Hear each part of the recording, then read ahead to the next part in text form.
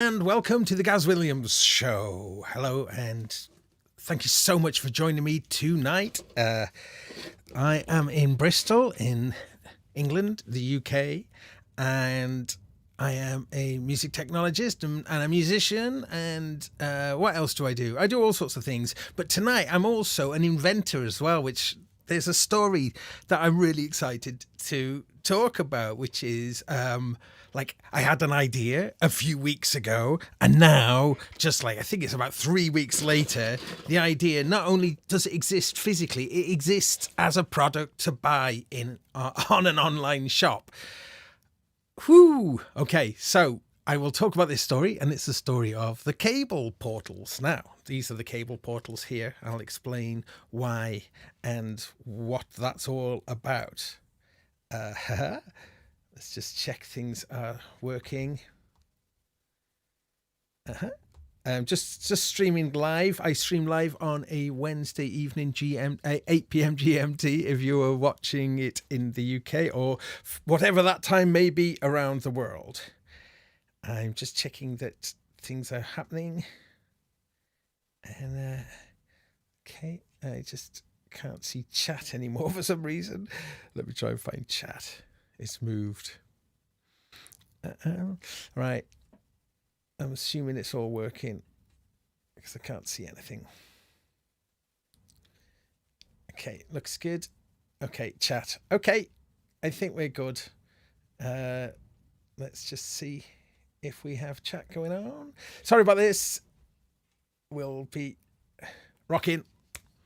We're all good. Thank you so much. Okay, so yeah, the cable portals. Now, since the beginning of lockdown 2020, I kind of reluctantly started my Eurorack modular synthesizer journey. And I say reluctantly because it really was something that I was trying to avoid, because I get so done in about cables everywhere. My studio, my goodness, it's just a constant fight with cables. So to, take on Eurorack, which is all about kind of patching with cables, obviously there was a problem. So I'm going to just run a little video of my,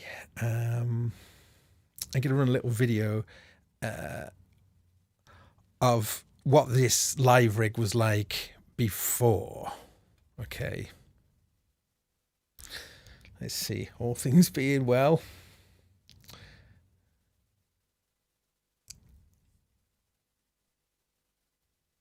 Okay, whoops, run the wrong one. Let's run this one. Oh, my buttons aren't working. Okay, there we go. I was trying to do something tonight. It's caught me out. Play the right one. Oh, all right, okay. Oh, right. I'm learning a new skill at the moment and clearly getting it wrong. Here we go. So this is how it was. And I was using cable ties, which are good, and, I could use a lot more cable ties and make it a lot tidier. I need to learn OBS better. That's what I've learned. Anyway, back to the story. So, I kind of ruined it a little bit by playing all of the wrong videos there. But basically, I was jamming with my good friend Steve, and who we'll be playing live with later this year. And I was thinking there has to be a way of being able to thread these cables through something. So my initial thought was just to kind of reuse anything. So I tried a few different ways of achieving this thing, including using toilet roll. Someone said when they saw this on the advert, they said, "Oh, just use toilet roll." Yes, use toilet roll if you want. See how far that gets you. So you can't use toilet roll, really. Not really. You could, I guess, make one of these out of cardboard for sure. But these things are specifically designed, but we'll come to that in a moment. So I just want to talk about the initial start of the story. So I was thinking there has to be a way of doing this. Anyway, I made a little drawing, and that drawing was very, very similar to what this end thing looked like. And I sent it to my friend Geert Bevin. Now, he's been a guest on the show, a very, very, very smart man indeed. And I said to him, what do you think? Do you think this could be good? Do you think this could work? Because it's so simple. It seems so simple. It's ridiculous, you know. And him being the super smart guy, not only did he make a 3D print, he made several revisions of them. In fact, in my little box here, that's the original prototype with 3 holes, and it's just a straight sort of the slot. The slot is really useful because you can, you know, you can press the cable in. But in this case, you see the cable just kind of came out. He's made this a really, really cool kind of gripping way as it goes in. So that you have to clip the cables in now, and that's quite satisfying. And then they don't come out, but you can just sort of drag them out. And that's why these kind of things kind of make sense as opposed to using Velcro. Typically, Velcro's fine once you've decided exactly how your cable runs are going to go on your modular synth. Then you can lock it down with, you know, Velcro or cable ties. There are plenty of things that do that. And yeah, what makes these interesting, now let's have a look on here, is you kind of create a second structure that kind of floats above your system. And that second system, then you can work out where they're going to be based on, you know, which controls are they not needing, you know, to cover, or, you know, you find sensible places for them. And also, you know, there's a few considerations you have to think about. You know, in the case of this, I'm going to put a lid on it, so they're going to be pushing these down. So you have to sort of make sure that where they go down, that they've got places to go down to the level that they need to. And this one might need a little adjustment on that level there. But these all go down. I can press them down. But then if I lift them up, then it creates this trans-island skyway.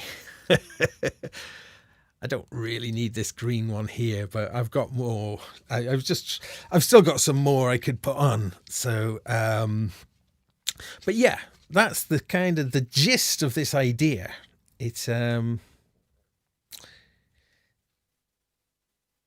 Oh, is my video playing? Yeah. Okay.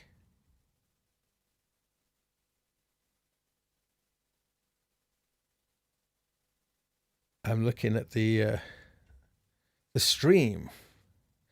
Holy moly, is my video just glitching around?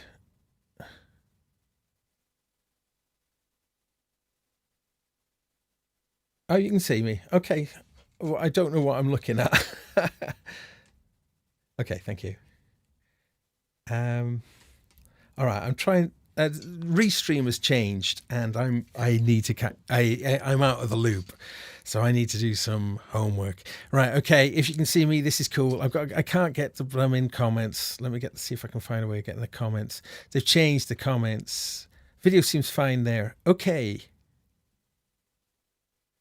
Right, I can see the comments. Okay, I'm just going to catch up now with the comments a moment. Sorry about this, people who are watching this not live. Yeah, original synth. Really glad to see Gaz's ideas manifest, at least some of them. Yeah, it's cool. It's cool. It's Geert is an amazing man. He could turn this idea into physical reality. So we've put them now. Well, Geert's got a shop, uwyn.com, UWYN, and that stands for use what you need. And that's kind of one of the cool things about these, is that they are going to be essentially printed on order. And they do take about 2 hours to print. So, but they are made out of bioplar. which is a biodegradable plant-based material. So, which is a plastic, but essentially made from plants. I'm not entirely sure, but it's definitely an improvement. Because people were concerned about the environmental issues of them. Well, look at all your plastic cables. I mean, there's a lot of environmental stuff on your rig anyway. So, I mean, at least these do have some green credentials. Yeah, and there's a massive range of colour of them. I don't know how long that range will stay, but, I've gone for quite bright, colourful ones here. But, you could go for darker colours if you wanted to, like blacks and greys. This one is kind of like a shiny black. And some of them are translucent, like this blue one here. So it'll kind of glow under black light, which would look really cool live. It is still a lot of cables, Will Joseph. Max says I'll be collaborating on modules next, like DivKid. Yes, I already have. So watch this space, but I'm something I want to do lots of. Modular makers as well, get in touch because I've got a lot of ideas. Original synth. May I suggest telescopic versions with little nubs sockets to hold the length? And also maybe bendy ones too. Yeah, see, that's cool. That's taking the Trans-Island Skyway approach, because someone said, "Oh, you can't. It'll block your view." And I tell you what, it doesn't block your view. And if it does block your view, you just move your head a little bit, as opposed to cables, swarming everything out. Like a confession though, this isn't fully patched yet, so there is going to be a lot more cables on this one. One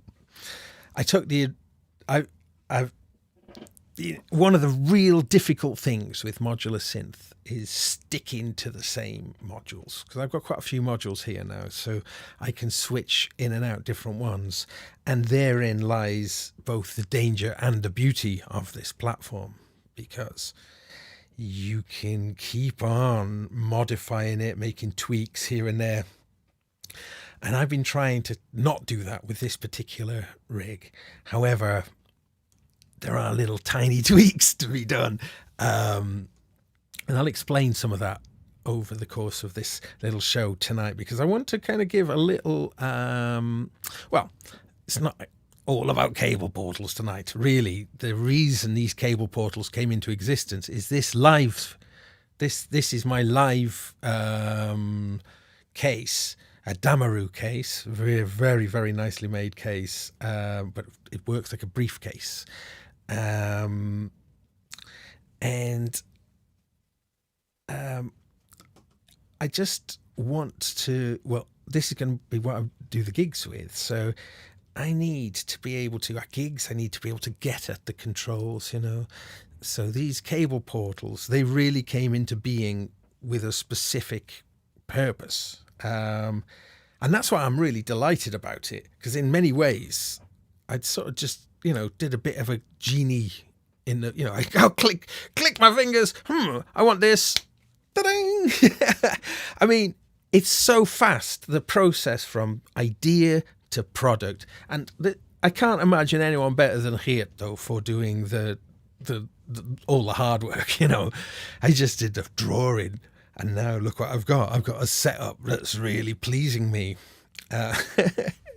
Anyway, I'll try not to go on about them too much, but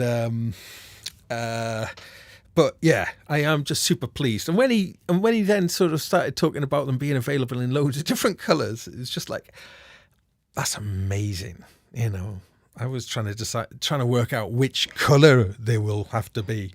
But I really like the different colours. I mean, you could, use colours. You could use cables, like coloured cables and coloured ones for specific jobs, Like this route here, for instance, is mostly clock. I got all my clock here. So all these clock cables, but it's not entirely clock.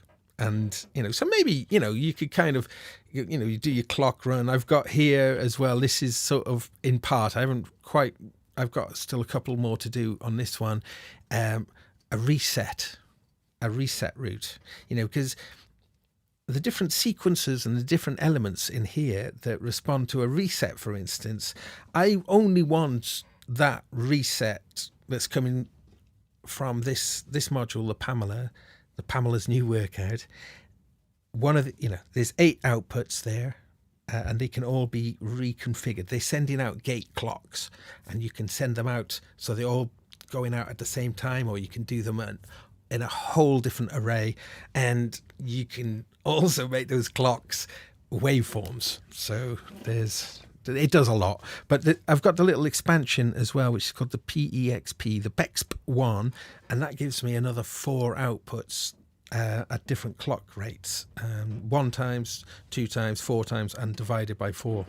So this is the kind of clock area here. So obviously it needs to send out its signal out all across here.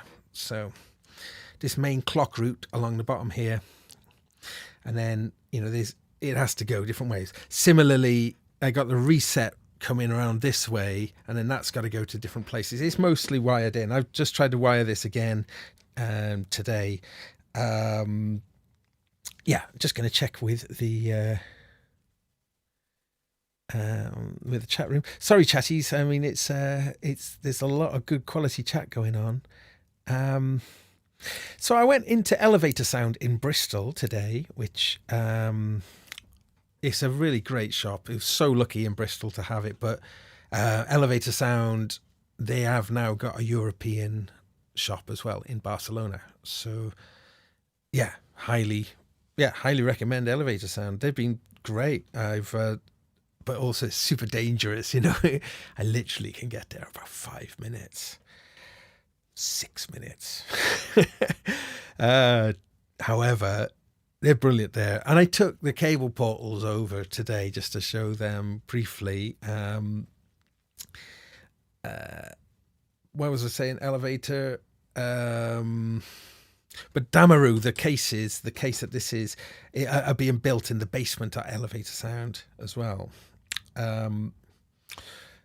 So it's a nice little cottage industry. There's a beep boop upstairs, and I've got one of my modules here, which is just an active mixer, just a 2U active mixer that was made in Bristol. So I like that. It's kind of neat. It's kind of neat.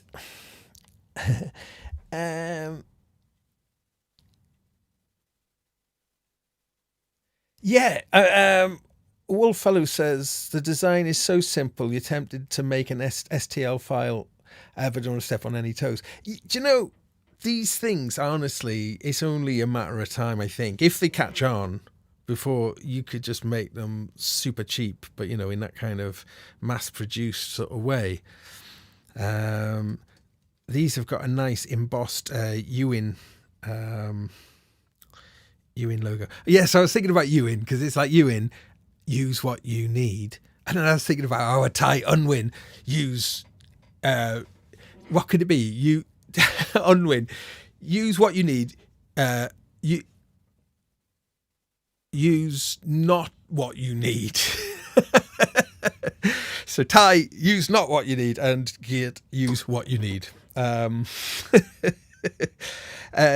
yeah, uin.com is where you will find these. God, this is like a kind of a QVC shopping channel tonight. Sorry, no, I don't want it to be that. It's just that I like to share my journeys with you, as you well know. And this, I just think, is such an amusing, funny little story. And the fact that these are a reality in such an unbelievable time, less than 3 weeks from thought to in the shop, is just frankly bonkers. I really think so.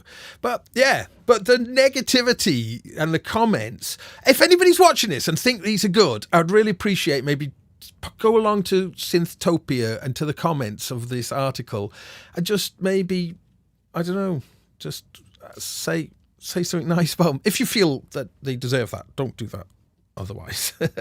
But yeah, because people were just like, rubbish, And I'm like, I honestly don't think they're rubbish. I honestly don't think they're rubbish. I really think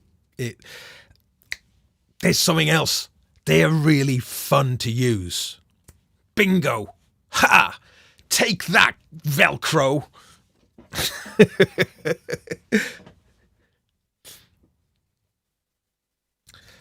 Yeah. Hang on, some comment there. Will I put the civilization back in this case? Not this case. It's in another case, and it's doing a really good job in that other case. So probably not. I'm trying with the civilization to lock down certain, because it can be 4 different things. This is the Yuhi civilization. I made a bunch of videos about that a while back, but it's superb, really superb module. But yeah, it's in another rig, and that's doing a good job there. So this rig pretty much is gonna kind of more or less stay the same. I've got this little drum module on here, the LPB1 little drummer boy, and it's a full analog drum machine, but it's a drum synth rather, but you've just got trigger inputs and a single output, and it's kind of fun, but I think I need a bit more control. So I'm gonna have another Erica Pico drums, the sample one. So I've got 2 of the like synth voices ones and 2 of the sample ones, so it'll be four drums. I'm getting ahead of myself. I should just give you a little guided tour of this setup here. So I was just talking earlier, I got clocking in the bottom right here, and I do send MIDI from that PEXP, the Pamela's expansion, to the Boss RC505 Mark II looper, of which I've covered a little bit of. But this kind of looper set, I will be doing some more. I'll do some standing shots. I'll stand and set up the camera differently next time when I'm actually going to do a bit more. I'm not going to do much performing tonight because I'm only just patching this thing together. Since the cable portals arrived yesterday, I pulled all the cables out on this. I had one run of putting it together yesterday, and then today I thought, no, I need to put a bit more thought into this. Because new arrival on this board, the big new arrival, is this one up here, which is a Plum Audio version of the Ornaments and Crime module. Now, people who are into Modular will know about this for sure, but the Ornaments and Crime is like a kind of open source platform module. Anyone can make these modules, but this is an unusual one in that it's in this kind of 1U format. Normally it's in the kind of more regular 3U format. Now that's a new arrival, and I've never used it before, and I've only just put it in about a couple of hours ago. Now, the reason that's gone in there is just to give, that's a bit of a wild card for me, that one is. It's a multi-function module. It can be sequencers and sort of voltage generators and quantizer, pitch quantizer. There's a lot of things that it can do. So that's to explore. Now, so I mentioned clocking in the bottom right here then.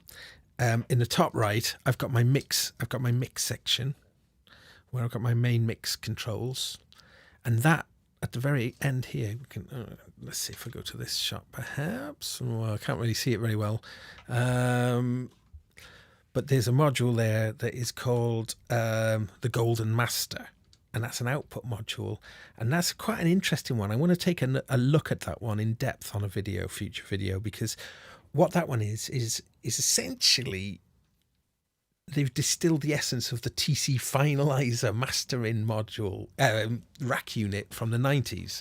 Oh my God, how many of us drooled over getting a TC Finalizer? And that was the first. That really, when that came out, that really opened my mind to what mastering could be. The Finalizer, TC Finalizer. Legendary kind of mastering device. It essentially gave you the main tools of a mastering chain in a rack unit, but with a very specific focus. So that is quite an interesting idea to then recreate that mastering chain into a module. And that's what Endorphins have attempted with a very, very simple module, 6U one. It's called the Golden Master. But you've got a multi-band EQ, well, bass, middle and treble EQ, shelf and bell, I think, and then a 3-band compressor. And then there's a 3-band stereo enhancer. And what you can do with the stereo enhancer is you can do opposite. So you can get the bass totally mono and then make all the highs really wide. So that's a lot of fun to have that on. But that could do with a real good sort of deep dive in a future video. However, okay, we're doing this little tour then. So mixing area at the top here, mixing and output. There's a little bit of genius here. Oh, God, I should have had a close-up camera. Right, the normal outputs here on 1/8 inch mini jack, as you'd expect on a module. They're spaced in a particular way that you can use an aeroplane adapter. You know, those weird things you kind of, I don't know, I've had them in my sort of little box of adapters for years, but anytime I go on a plane I just use my own headphones, I guess. So these things, they are like 2 mono to stereo, so pop that in and then like a genius it spans the left and right out at the top here. Oops, crackle. Amazing. So I've got a mini jack output coming out of that phone adapter, headphone adapter. I know that Endorphins actually do sell their own. They've probably got a job lot of them. Right. So this little tour, output section at the top. There's a master effect. So the whole mix goes through, before it hits the mastering thing, it goes through this multi-effect, which can be, it's very simple. It's either a reverb, a delay, or a chorus. So that's the master effect. Then there's a mixer that feeds that, which is here. And then that mixer takes sub-mixes from some other mixers. At the top left here, there's a tiny wee little mixer. At the top, this is a four voice drum mix, and then that pings across and comes into my main mixer. Then I've got in this little mixer, this is for mixing my melodic and sample elements, and then that kind of submixes into. So in the middle here, this area here is modulation. There's a tides, there's a div kid oct, and there's a marbles. So that's the main modulation area. Then this little bit here, this is our voices, and it's so tiny. I've got the Dope for A1116 miniature voice. That's just gone in here. It's just replaced Platts, which I needed for another thing, but Platts, Mutable Instruments Platts, can do so much. It can do so much. So in a way that needs something less, wanted something simpler. So this now is quite nice because it's a complete analog synth voice with a filter and an envelope and modulatable elements as well. So that's new. That's just gone in. Well, I've had this for a while, but it's new to go into this rack. And next door to it is a tiny little Erica Synths Pico voice. So this is a complete synth voice as well in 3 HP. So I've got my 2 synth voices that are really kind of taking up a tiny amount of space.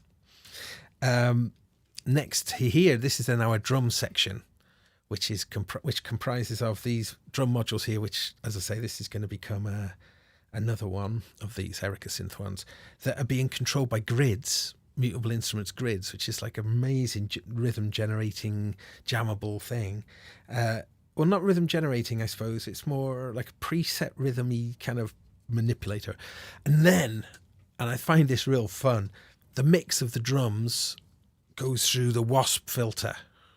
which is noisy and a bit kind of well, I like it. It's a very characterful filter. So the whole drum mix goes through the wasp filter, and then that comes over to my other mixer over there. So drums, modulation, mix. Now on the bottom tier, this is kind of it's kind of interesting. This bottom left is like a sample. This is like a sample playback area. I've got a thing called a steppy, which can send out 4 triggers, which are going into the sampler called a rample. And the rample is made by Squap. Yeah, Squap. I think Squap. I think it's the funniest brand name I've ever heard. Squap. So I got a Squap rample.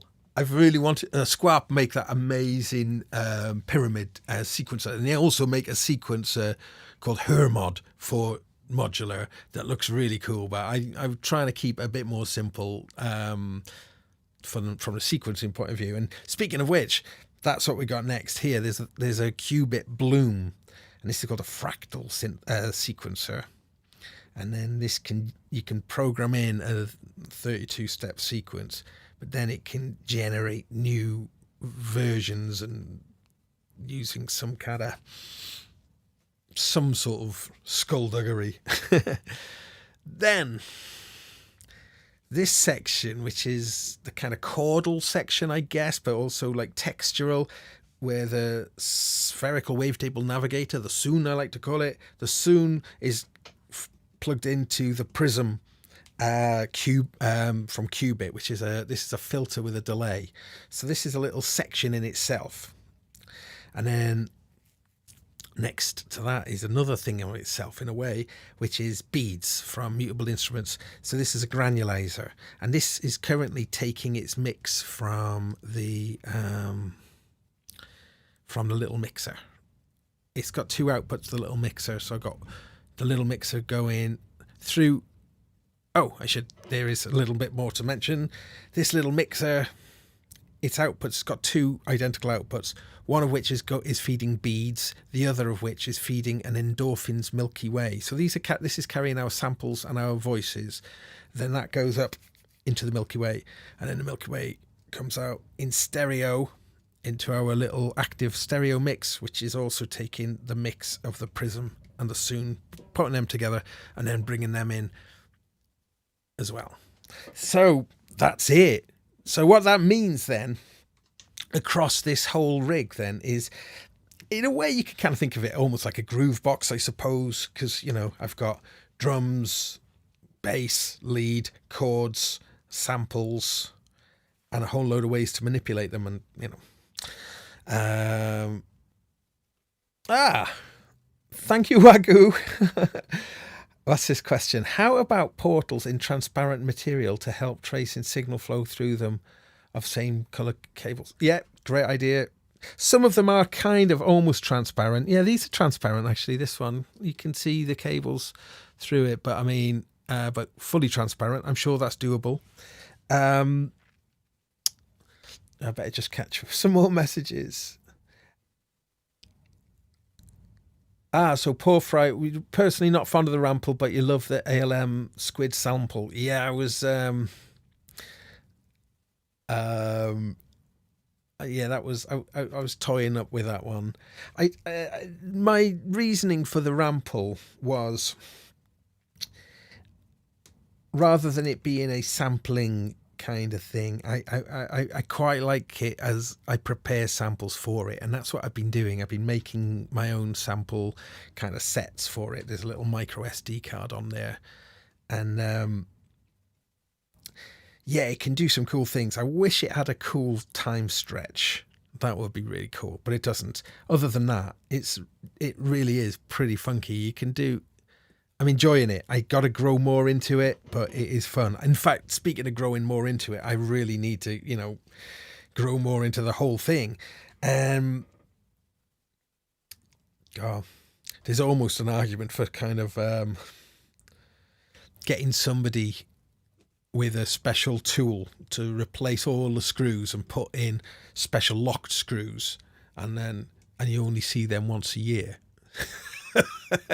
So they come with their special tool, so you have it fixed for a year, and then. But what would actually happen in reality is you just spend all that time despairing, looking at Modular Grid, thinking he'll be here in 260 days. Oh my God, what am I going to change? Yes, and those of you who have gone down the bloody rabbit hole will know exactly what I mean by that. So yeah, I'm going to try and this now with the addition of this extra module, this other drum module that's going to come in its place. I'm going to try and stick with this. The ornaments and crime is there for kind of, as I say, if I'm starting to get bored of certain things, the ornaments and crime is there lurking, with its kind of unbelievable amount of things that it can do. So, yeah, all right. Well, why don't I make some noise out of it anyway, and we'll see what we're doing. Typically, I don't want to make the Wednesday night show, the Gaz Williams Show, too much about Eurorack. I've been doing that on a separate show in the past, and I probably will pick that back up pretty soon. And in fact, I think what I will do now, I've explained this, I do regular kind of updates on what I'm kind of, how I'm getting on with it, building up to doing gigs. Now, when I was talking about the different sections of it being quite sectional, that's kind of very deliberate. Instead of creating huge big patch using for single sounds, I can focus in small areas. Now, that's because this has been put together to be used for playing with somebody else, and with Steve is the guy I'm going to be playing with, and so when we're playing, I can just really focus on a single area, a small area of it. Oh, I didn't mention before, this Bloom, this has got two channels. So one channel is feeding the Pico voice, the other channel is feeding the Dope for voice. So really, this is in a way is kind of lots of quite simple little setups, really, that are then bound together with clock, resets, and audio, and effects. But yeah. What was in this place where the ornament crime was a tenuverter, which was really useful. So I might miss that badly, but the DivKid module, for instance, is brilliant. It gives out 8 LFOs, and you've got a master control of it. But of course, each one of those outputs needs to really be fed into something to attenuate it. Otherwise, it's going to run full range into whatever you plug it into. However, quite a lot of these modules have got their own attenuators for any incoming CV. So there's plenty of things. There's plenty of things that you can do with it. What's really nice with this DivKid one though is the Oct. When it's running really, really slow, it's mainly designed to run around slow LFOs, really. I don't think, maybe the top ones might get a bit audio ratey, but just on the edge of. In the most, it's for running really slow, and you send out a bunch of these into different things, and then having a master control when you got all this nice thing going on. When you then play with the master control and speed it up, and it's speeding up all of those things relative to themselves. Oh, it's an astonishing experience. It's like, ooh, yeah, okay. So those of you who are into like things like VCV Rack, I mean, I wonder, is this module available in VCV Rack? I mean, I would assume it would be, but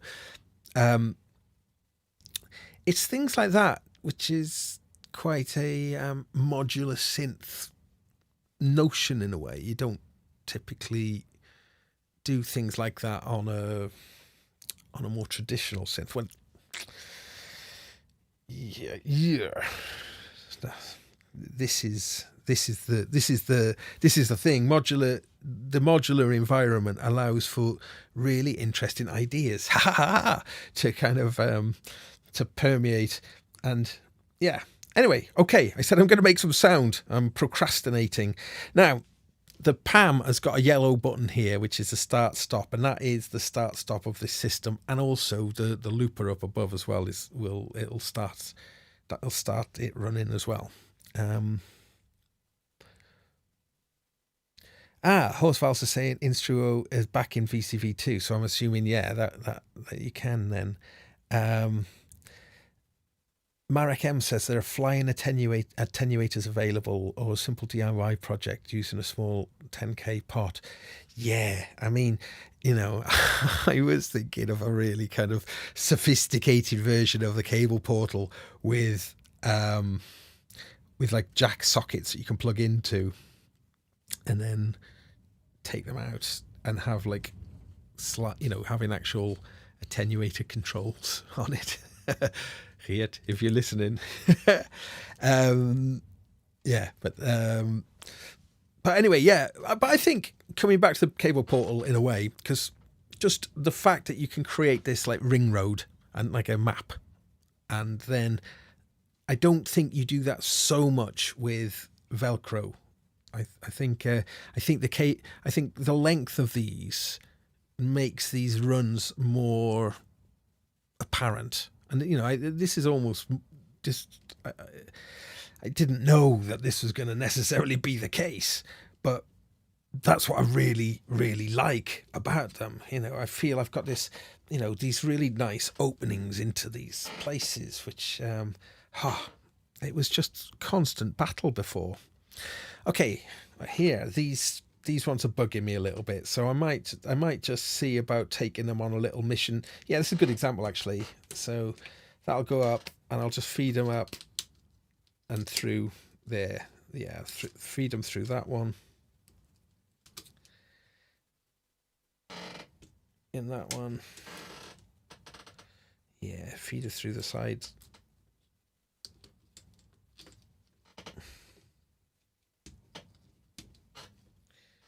Yeah, nice. So now that's kind of, But yeah, like if I wanted to change my mind, I just unplug them, pull them back through. I didn't have to unwrap everything. That's why these are fun. I'm going to shut up about them, but I am really happy about them.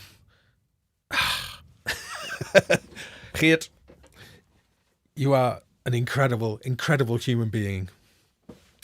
When he was on the show a few months ago, his story is absolutely outstanding. Go back and find it if you fancy watching that one, because it's a really good one in the Gaz Williams Show. I can't remember how many, a few months ago, but maybe about 4 months ago. There's some great stuff going on in the chat that I keep missing. How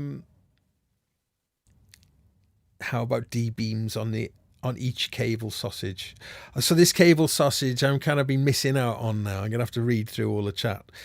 So if you do watch this show not live, don't forget to enable the little live chat button, because there's a fantastic thing that goes on in this show. People have their own conversation, and as I'm waffling on in the background. No, but it's really cool. I love reading it when I after watching them, so I really appreciate it. But yeah, it's hard to kind of keep an eye on it when I'm trying to explain it, because it's quite complex. So say it's a bit like a groove box. So I press the button and it's sent and it starts things off.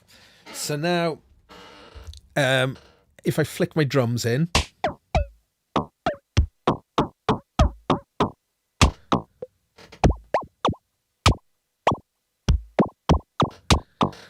so I've got some.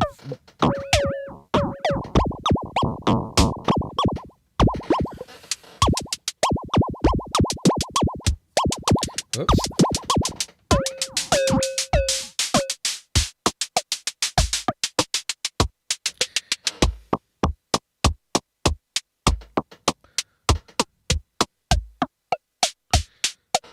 Nice. There they're going through the wasp filter.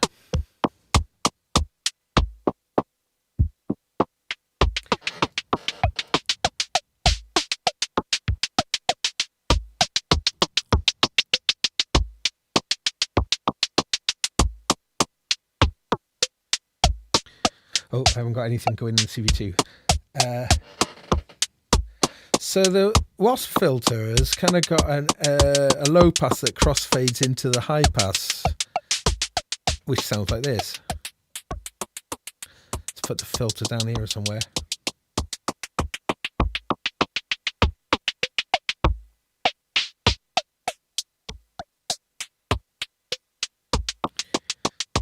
Okay, let's get some more level. How are we doing?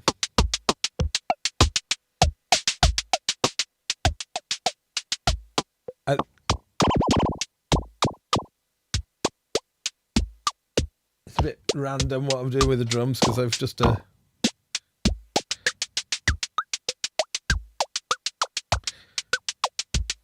these little drum voices, they've got such a lot of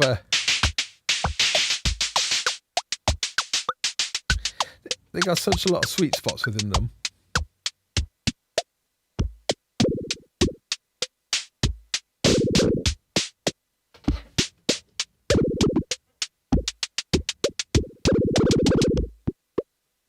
Yeah.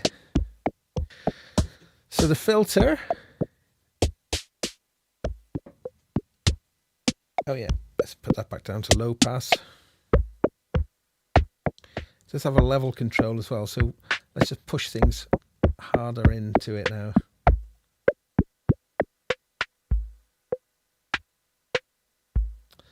Okay. That's just that little analog drum machine. Oh, the noise.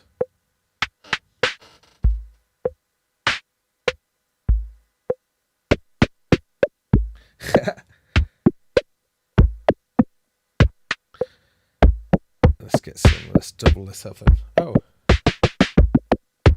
let's try getting into the clock.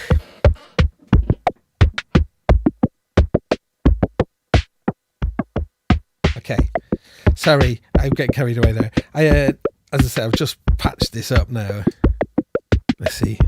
Oh, there's a patch to do. I need to get some delay clocking in.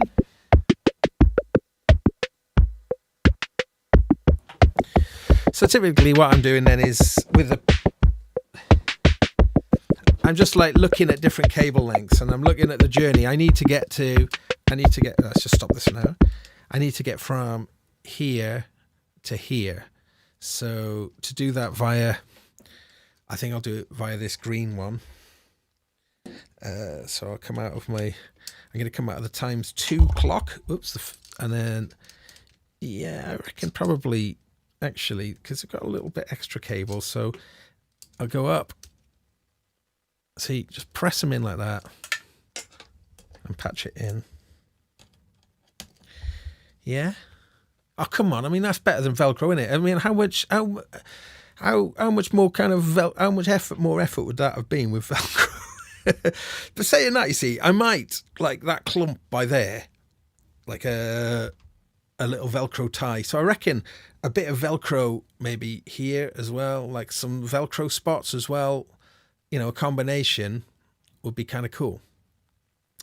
And yeah, you could just then replace all of the kind of cable portals with Velcro, but you know, you wouldn't have this crazy little city. And nah, they're good.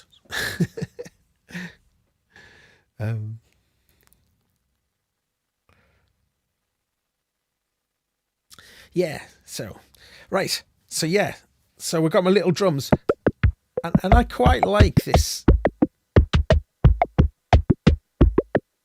Hang on, not so much that.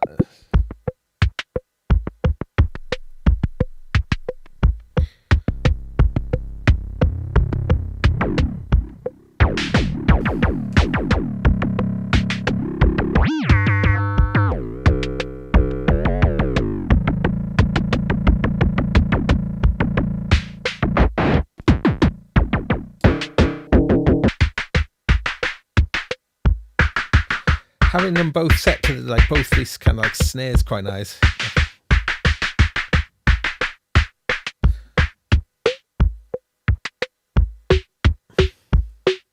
Okay. So now I got my delay in, so I can put some in time delays across the whole mix.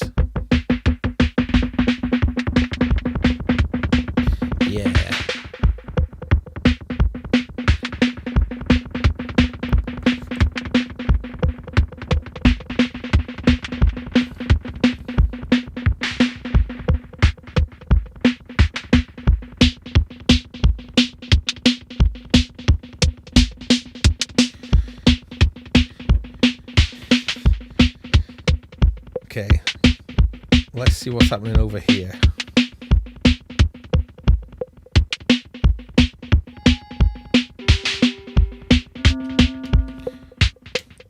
Not a lot. Let's just stop that for a moment. So the drums,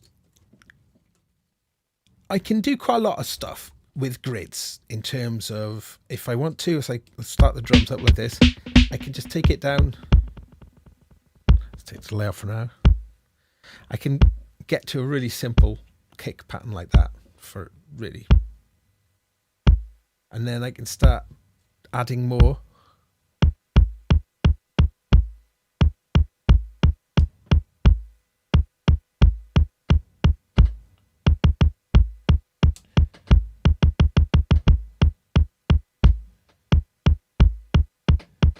Then I can start bringing some of these in.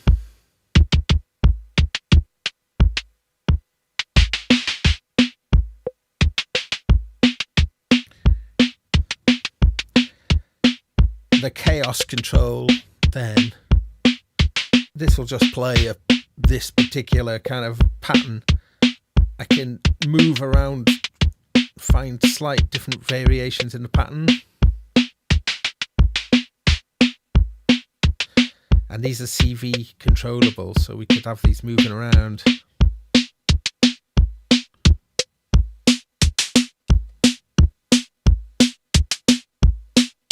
So it's like not huge, big, thunderous, impressive drums, but they kind of, what's nice about these kind of drums, I think, especially once you start getting lots of other stuff going on, they just create a nice texture. And of course I can root their sound out and start messing with them through some of the other modules, or start getting more LFOs into them and whatnot. But yeah, I think not trying to do big stadium drums, but little blippy clicky little drums, that's more interesting to me. Anyway, so I can mute out our drums though, and now let's have a look here. If I turn on, let's see, here we go. So this is just this little pico voice. It's a chord.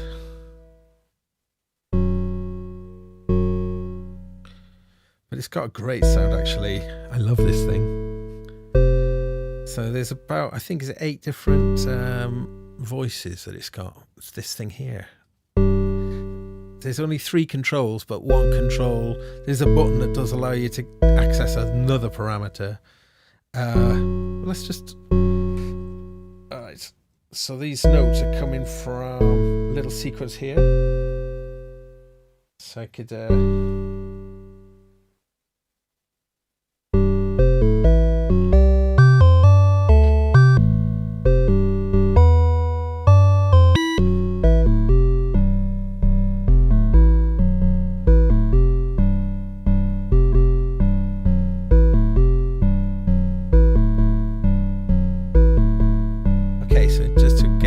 sequence doing.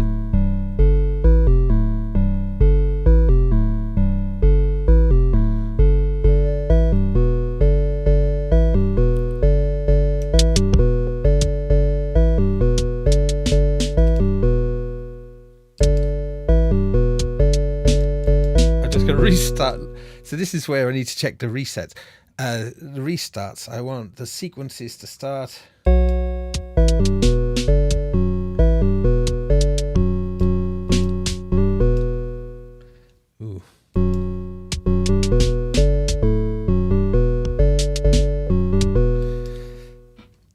So this is definitely not quite working yet, but this is the sort of thing now. I pulled all the cables out. I need to repatch it and get it all.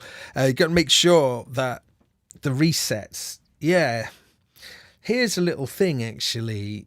Reset. You don't give much thought to reset, I don't think, in a non-modular sense. But making sure that the reset is really super reliable is it's paramount. Now, I've got another qubit sequencer in another rig, and that seems to sort of just have it doesn't get the first beat. It takes a few times round, and I think it may respond better to sending a gate off signal. So when you press the button to stop the gate, that then sends a reset.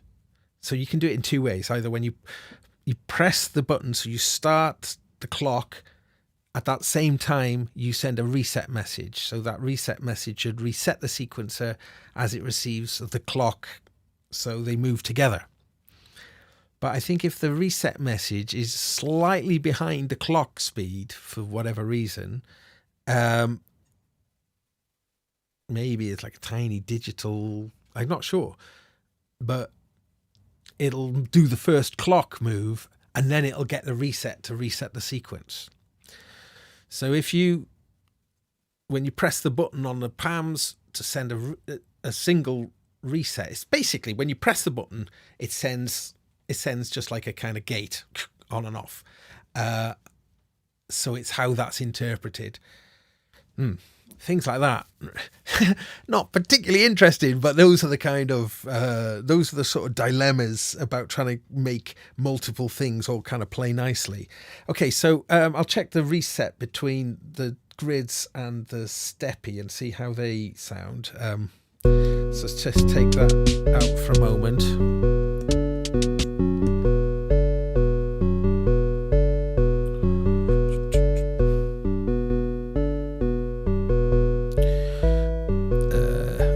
Wired properly, that should be off. Okay, so I've got a few more adjustments to make. Okay, let me do that now with a beat.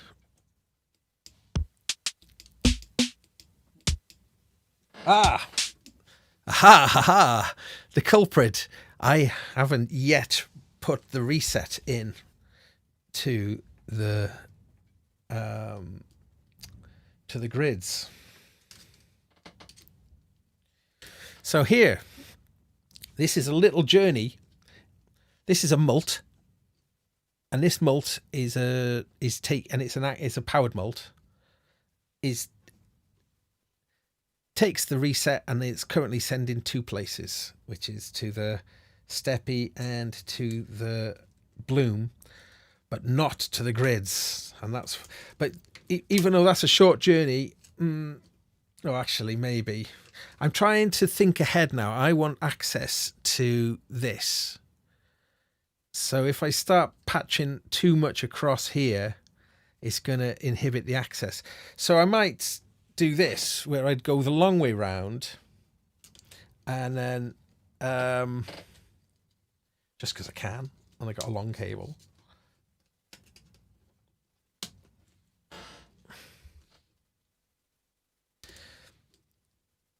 That might not be long enough, actually. Yeah, maybe. This is probably not a good idea. I think I should go a shorter journey. But here I can go through the side, I think. Yeah. So so it goes up and then out through the side, and then into reset. I don't like that because it's inhibiting getting to the actual controls of grid, so that's counterproductive.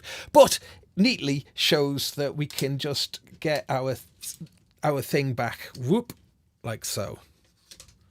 Just, and I love how you can feel these resistance like that. Okay, so I'm going to go a shorter journey.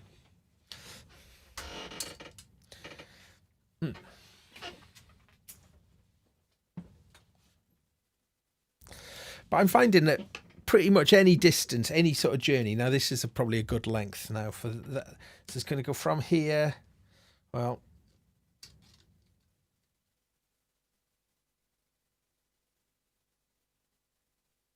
I'm trying to remember to go underneath cables when I'm going through. It's probably a good habit to get into.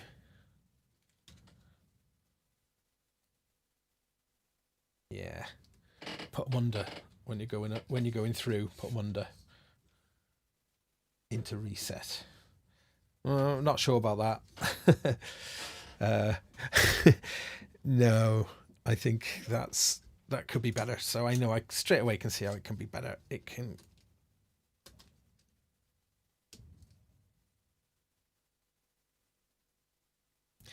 It doesn't need to go into that one.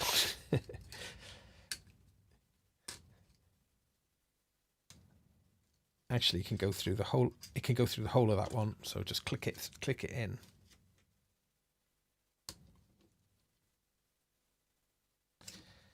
And then there. Great. There we are.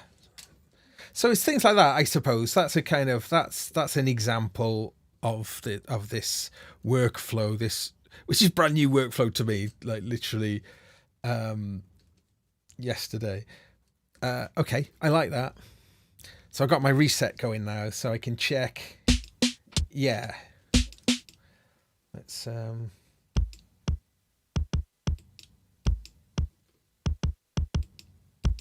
yeah.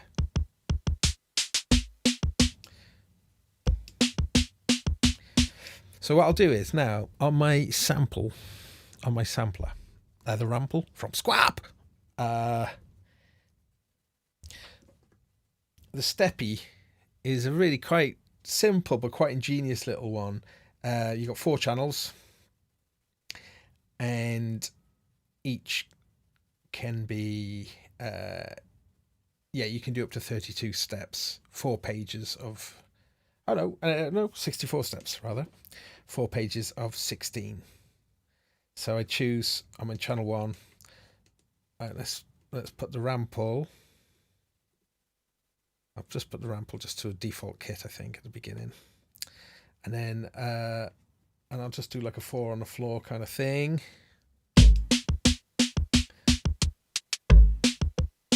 Right, so they're going at different, rates, but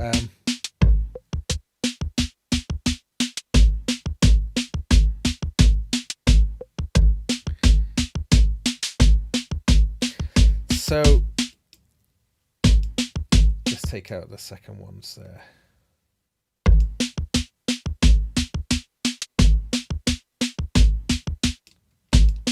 So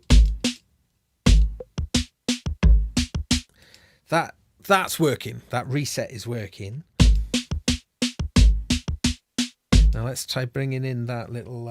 Let's try bringing in that little sequence again and see if that's sequencing.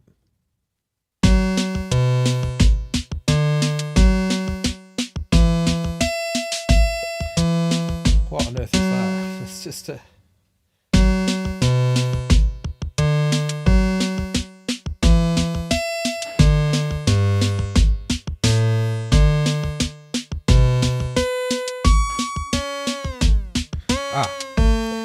Sorry, I've sequenced in.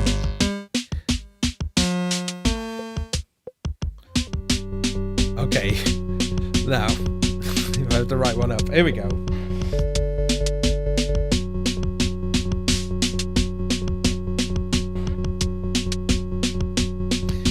Right, the classic 1-note sequence. We'll make that a bit longer.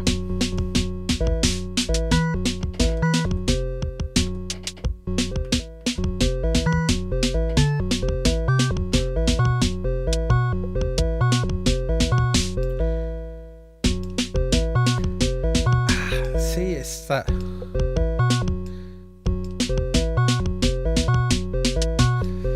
let me make that pattern make a bit more sense to test the sync on.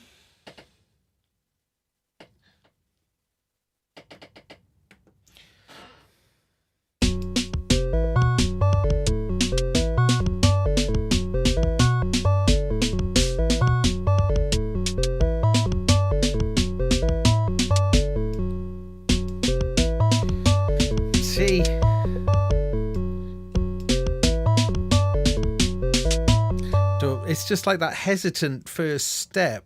And then I think it's out of step then by one step, isn't it, then going forward?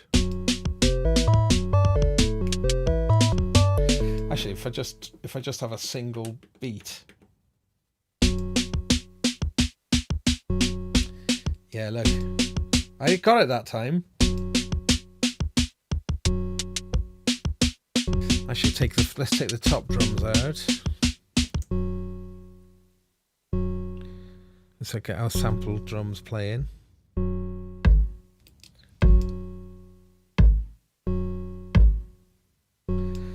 So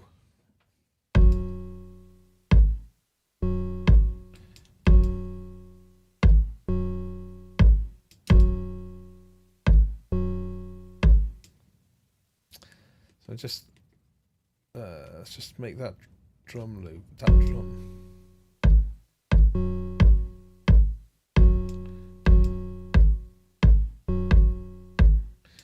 Right, so what we should be hearing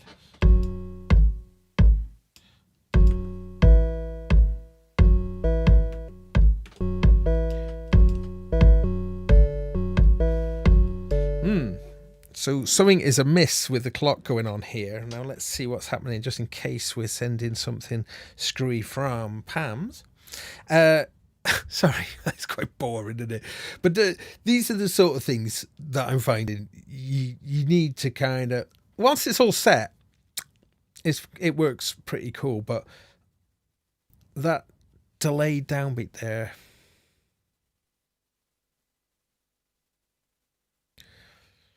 Marcus Neely, I caught Gaz talking about these on Sonic State today. Wanted to see him in action. You are most definitely seeing him in action. Thank you so much. Yeah, I think they're really good. I think they're really good. But what I've done is I've pulled my live rig to bits, and so what I'm going to do then, because tonight I really wanted to talk about these and the kind of patching and whatnot. I need to kind of finish the wiring really. So I'm going to tonight's going to be a bit more about wiring and trying out a few things. But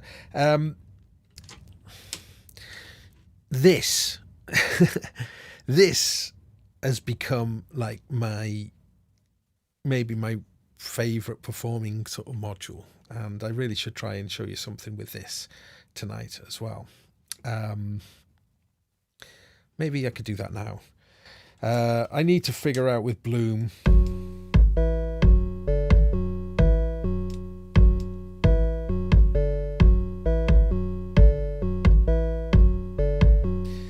The clock is that one.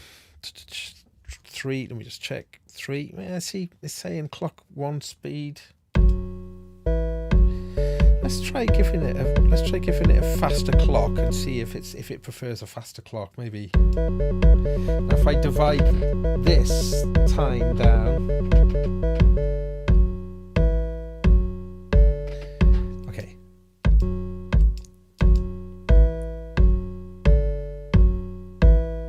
Better. See, that first one though is still late, isn't it? It was right then.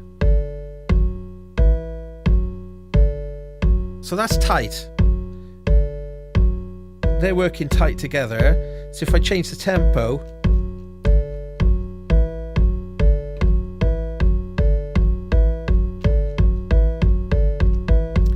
stop, start them now. Stop. It's a bit late then.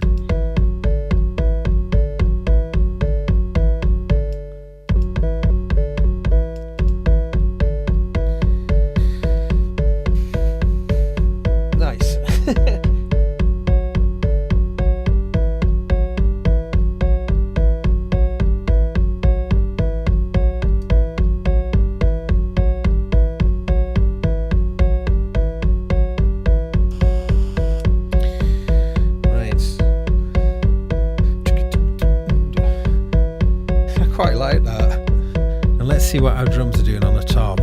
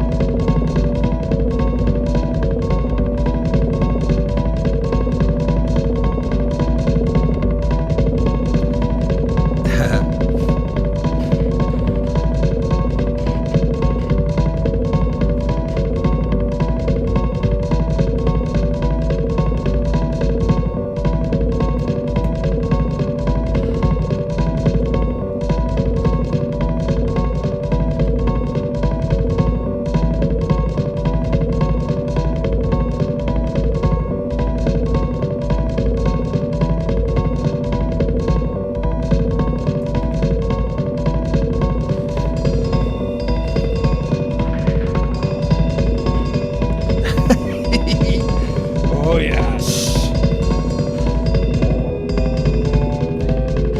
Oh my god.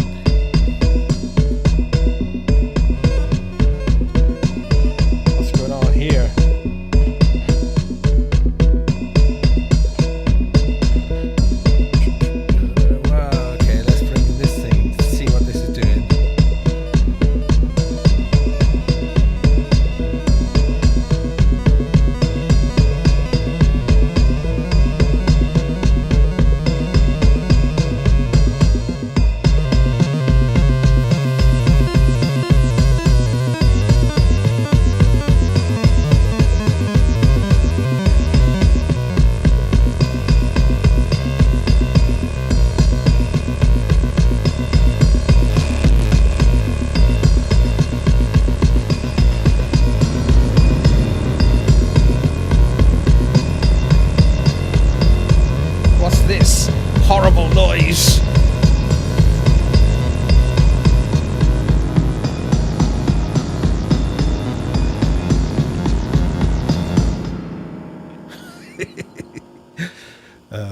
Yeah. Yeah. Ooh, noise. Where's that noise coming from? Where is that noise coming from? Ah, there. It's coming from there. Okay. Getting it patching up. Right, let's get this thing on the go.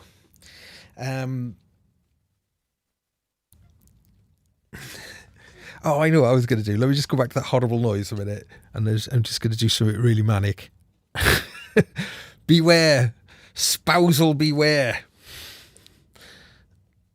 A spousal beware.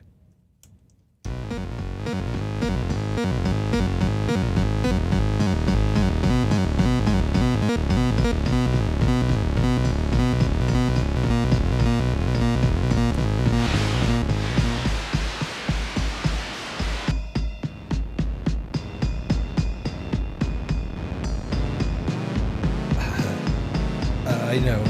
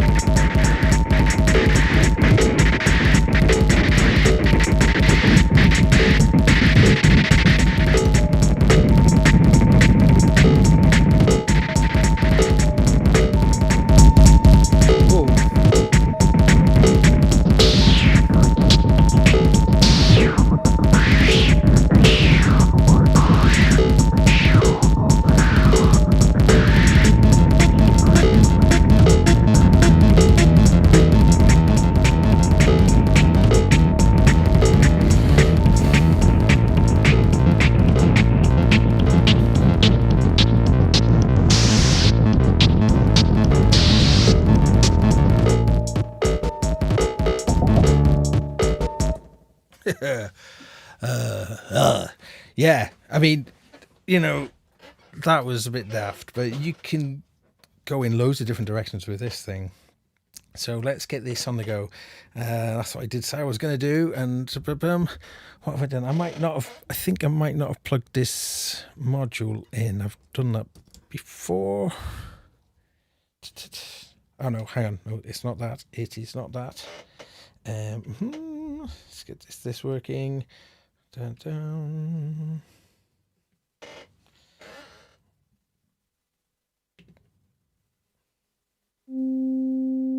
Hey, right. Okay. Oh, this is fun. This is a fun module. Right. Now, I should be getting clock. So that's like the most boring sound imaginable, but let's start to...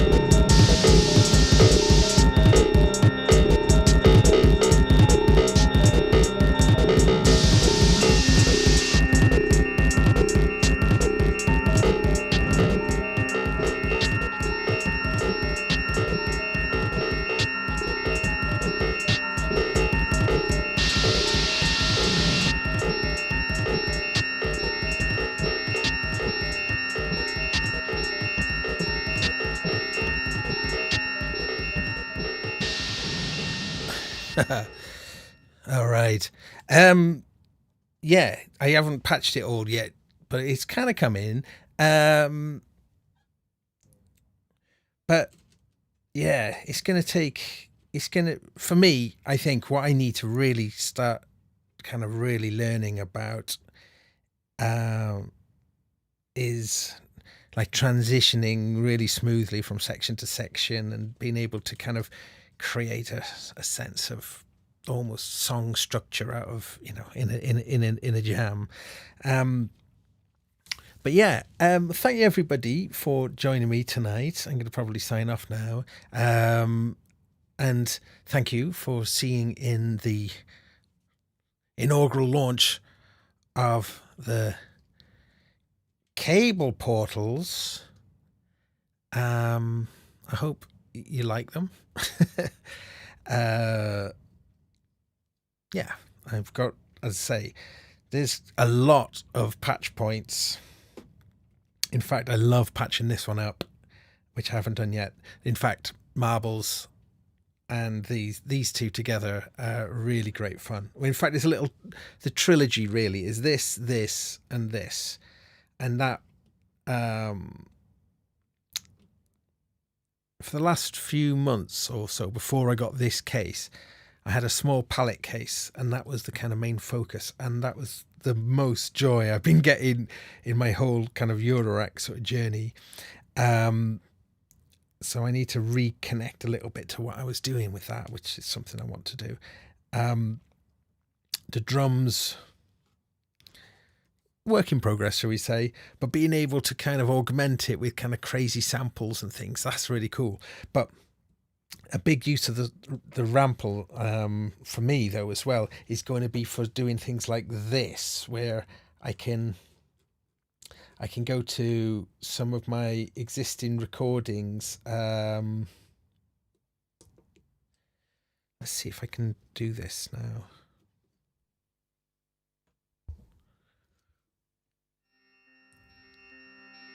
Let's take this out.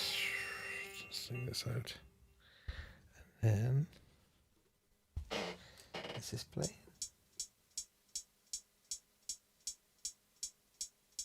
Oh.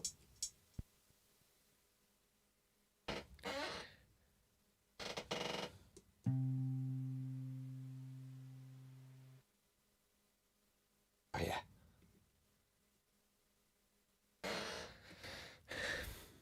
The Rample has had a few decent updates. If you had looked at the Rample at the beginning and then saw that it didn't do certain things, it does a lot more things now.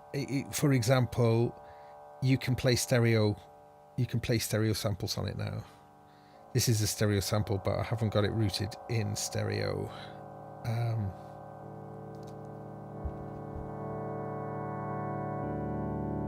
Okay.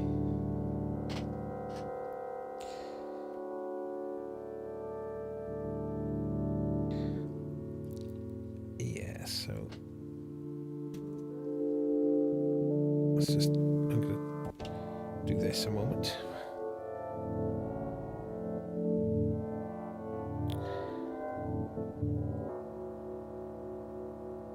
Just get this working, make sure.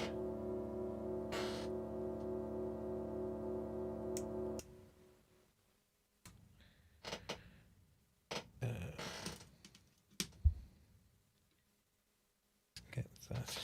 That should be doing things. So.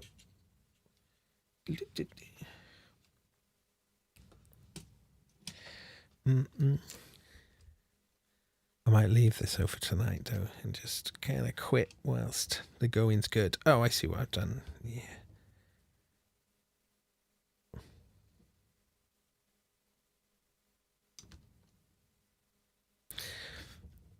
Yeah, I reckon I think there's a module I haven't plugged in, so I need to open it up. I literally just before doing Sonic Talk earlier, I'd just got back from Elevator Sound and changing things around.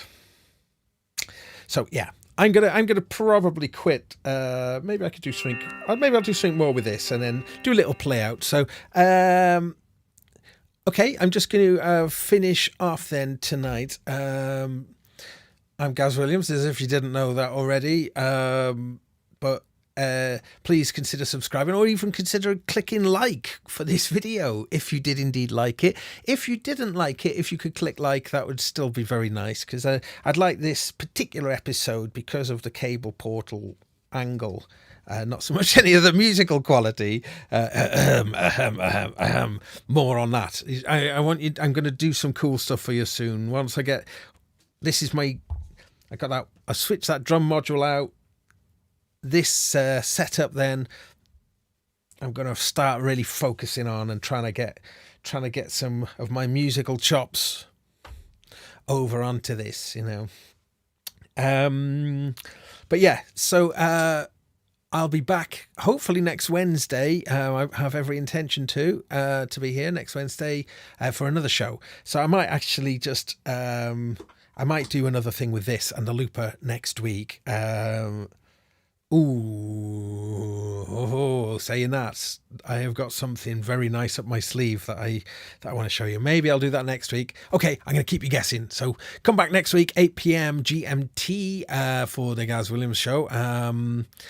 And yeah, I've definitely got something cool for next week. And again, thanks. If you've enjoyed this, please do that kind of like thing. And I'll see you on the other side. So I'll just probably play out and then fade away.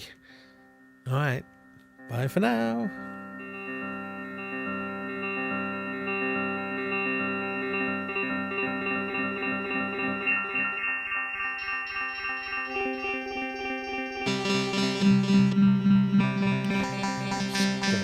Set up.